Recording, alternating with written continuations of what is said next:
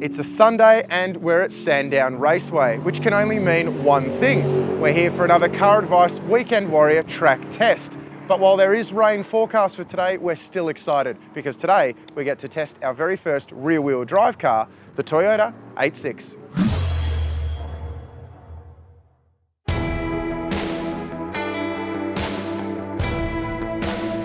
We've signed in, we've said g'day to the guys from Driver Dynamics, we've had our driver's briefing and we've been allocated a group.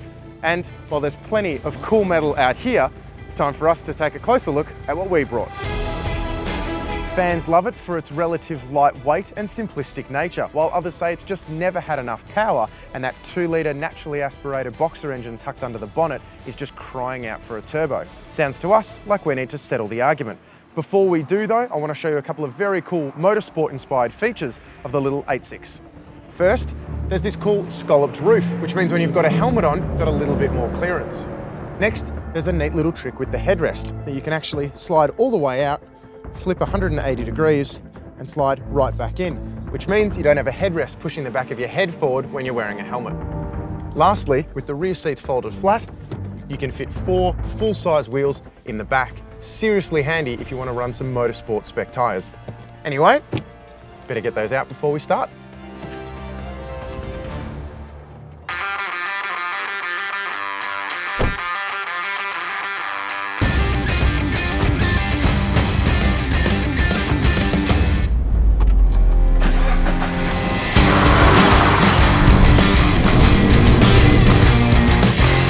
No matter what the weather was doing, there was no way I was going to drive this car and not wear this t-shirt. Whether you're a fan of the Initial D franchise or the original Toyota AE86, or you have no idea what either of those two things are, it doesn't matter. There is plenty to like about the Toyota 86.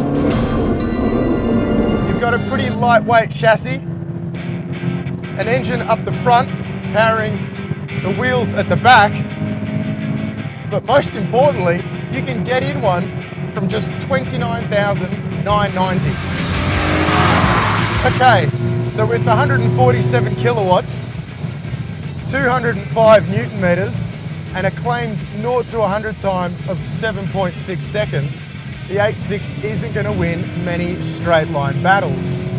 But luckily, that's really not what the car is about.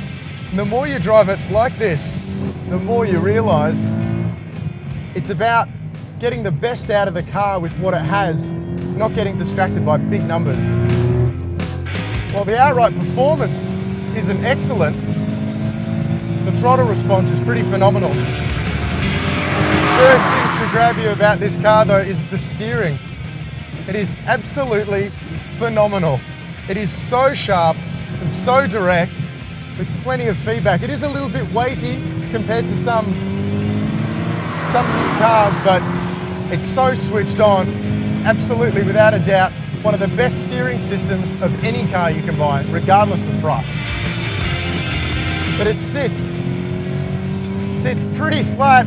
There is a little bit of roll there, but you can kind of use that to your advantage to get it to dip and respond to weight transition and a bit of movement.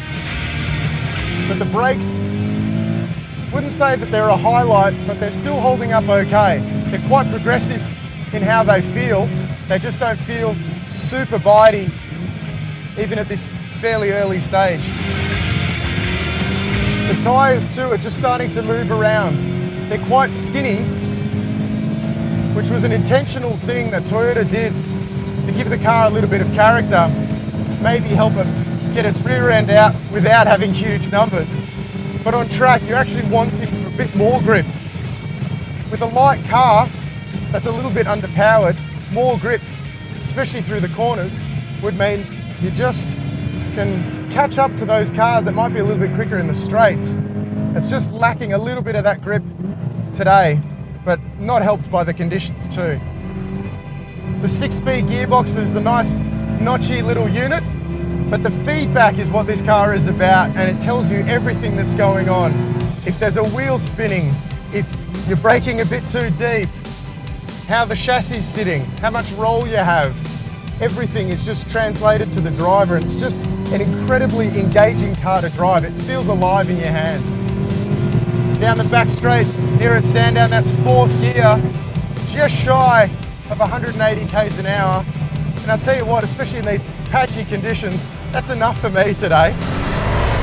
The Toyota 86 may not be destined to become the same sort of cult car as its namesake, but apart from being the cheapest rear-wheel drive sports car you can buy, for keen drivers willing to challenge themselves, it's also one of the best.